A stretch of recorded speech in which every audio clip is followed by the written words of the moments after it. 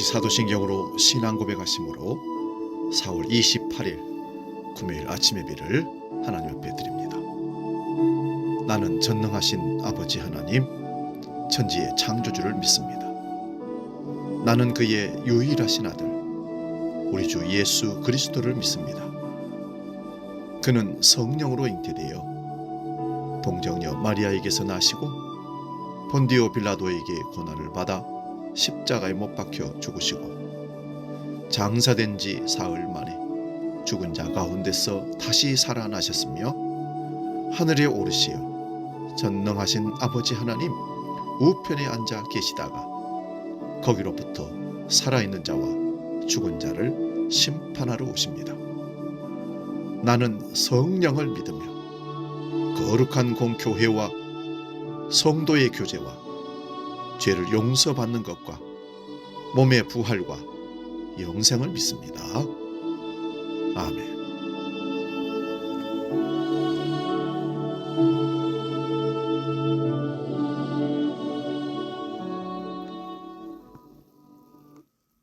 찬송가 93장 예수는 나의 힘이요, 함께 찬송합니다.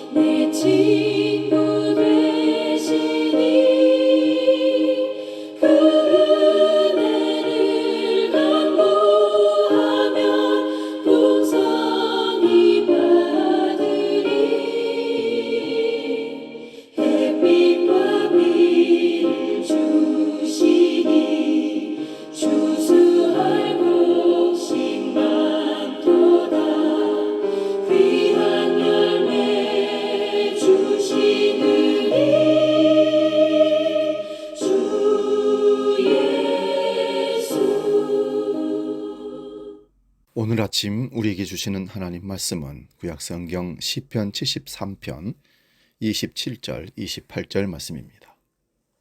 구약성경 855면에 있는 시편 73편 27절 28절 봉독할 때에 하나님의 음성을 들을 수 있기 바랍니다. 봉독합니다. 무릇 주를 멀리하는 자는 망하리니 음녀같이 주를 떠난 자를 주께서 다 멸하셨나이다. 하나님께 가까이 함이 내게 복이라. 내가 주 여호와를 나의 피난처로 삼아 주의 모든 행적을 전파하리이다. 아멘. 오늘 봉독한 말씀으로 하나님과 가까움이 능력이다, 이런 제목으로 말씀의 은혜를 나눕니다. 하나님과 가까움이 능력이다. 인생을 살면서 사회적으로 높은 지위에 있는 사람이 친척이든 아는 사람이든 그런 사람 하나만 있어도 능력을 발휘하는 것을 볼 수 있습니다. 예전에는 큰 병원에 직원 한 분만 있어도 병원 특혜를 누리기도 한 때가 있었습니다. 하물며 천지를 창조하신 능력의 하나님과 가까이 한다는 것은 얼마나 큰 능력을 얻고 그것을 누리는지 모릅니다.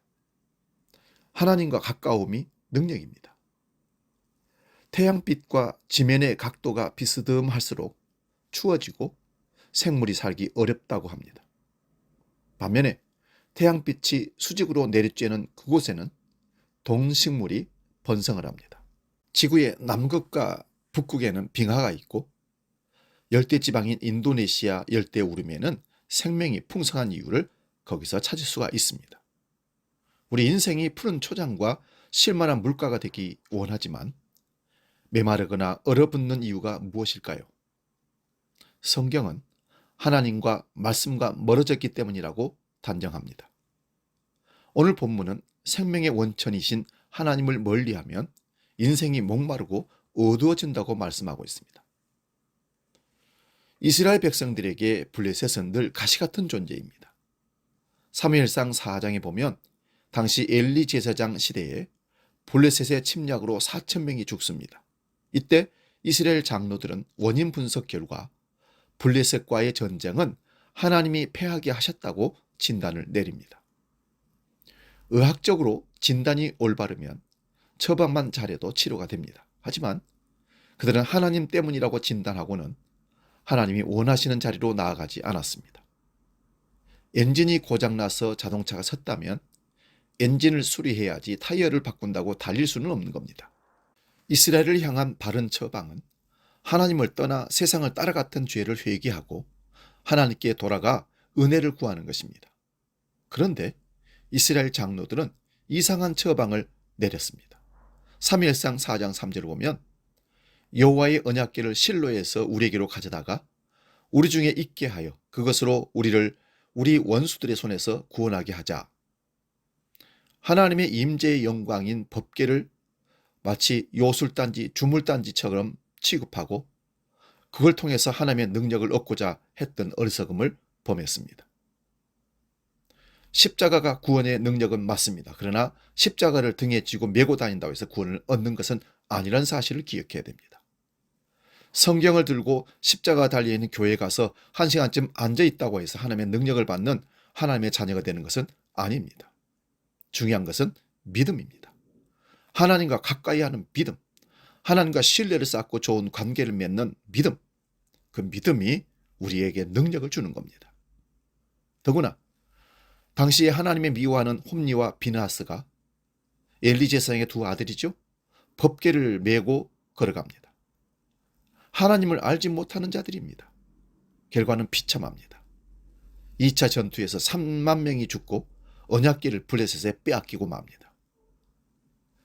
엘리 제사장의 아들 홈리와 비느하스는 죽임을 당하고 이 소식에 엘리 제사장도 의자에서 넘어져서 목이 부러져 죽었다고 사무엘상 4장 18절에 기록하고 있습니다.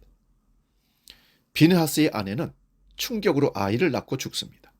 죽어갈 때 낳은 아들의 이름을 이가봇, 이스라엘에서 하나님의 영광이 떠났다는 뜻을 갖고 있는 이름을 짓습니다. 엘리 제사장의 가문과 이스라엘에게서 하나님의 영광은 떠나가고 블레셋은 가시가 되었습니다. 반면에 승종고를 울린 사람도 있습니다. 사무엘입니다. 그는 이스라엘 민족이 하나님께 나아가도록 미스바에서 영적 회개운동을, 개혁운동을 주도했습니다. 블레셋의 올무에서 건진받는 비결로 3대 강령을 외칩니다. 사무엘상 7장 3절입니다. 여호와께로 돌아오라. 우상을 제거하라. 하나님만 섬기라. 이것이 블레셋 올무에서 건진받는, 구원받는 3대 강령이었던 것입니다. 백성들은 순종하고 모여서 금식하며 회개하고 하나님께로 돌아와 하나님만 섬기기로 결단합니다. 그런데 오히려 블레셋이 옆구리에 채찍처럼 쳐들어옵니다. 금식하고 싸울 힘도 없는 때에 어떻게 하면 좋을까요? 그들은 사무엘에게 쉬지 않는 중보 기도를 요청합니다.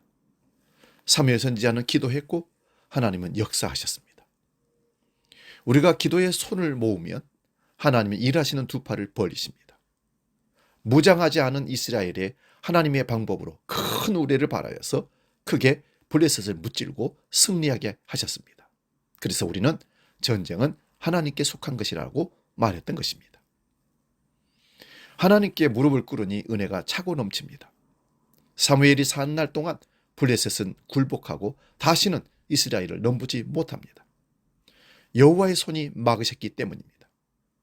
기독교 변증가로 유명한 C.S. 루이스는 천국을 지향하면 세상을 덤으로 얻을 것이다. 그러나 세상을 지향하면 둘 다 잃을 것이라고 말했습니다. 하나님 앞에 무릎을 꿇으면 세상이 우리 앞에 무릎을 꿇게 될 것입니다. 나의 믿음의 자리는 어디입니까? 영적으로 어두워 하나님의 영광이 떠난 이가봇입니까? 아니면 하나님과 친밀하게 에베네셀을 간증하는 자리입니까? 하나님을 가까이 하십시오. 그리하면 하나님께서 능력의 오른손으로 우리를 붙들어 주실 줄로 믿습니다. 그럴 때 우리는 인생의 푸른 초장이 열립니다. 샘 곁에 심겨진 나무가 되는 것입니다. 그리고 풍성한 열매와 권능 있는 삶을 누리게 됩니다. 누구와 친밀한 삶을 나누고 계십니까? 야고보서 4장 8절에 하나님을 가까이 하라. 그러면 너희를 가까이 하시리라. 하나님을 가까이 하는 삶으로 능력과 복을 누리는 저와 여러분 되시기를 주의 이름으로 축원드립니다.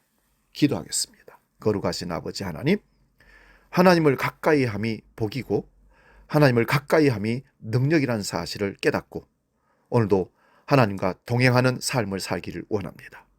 성령이시여 우리 가운데 충만케 임하셔서 말씀하시고 우리를 떠나지 마시고 함께 하심으로 하나님의 능력을 덧입는 삶을 계속 누릴 수 있도록 은혜 위에 은혜를 더하여 주시옵소서. 주기도로 함께 기도합니다. 하늘에 계신 우리 아버지, 아버지의 이름을 거룩하게 하시며 아버지의 나라가 오게 하시며 아버지의 뜻이 하늘에서와 같이 땅에서도 이루어지게 하소서. 오늘 우리에게 일용할 양식을 주시고 우리가 우리에게 잘못한 사람을 용서하여 준 것 같이 우리 죄를 용서하여 주시고 우리를 시험에 빠지지 않게 하시고 악에서 구하소서. 나라와 권능과 영광이 영원히 아버지의 것입니다. 아멘.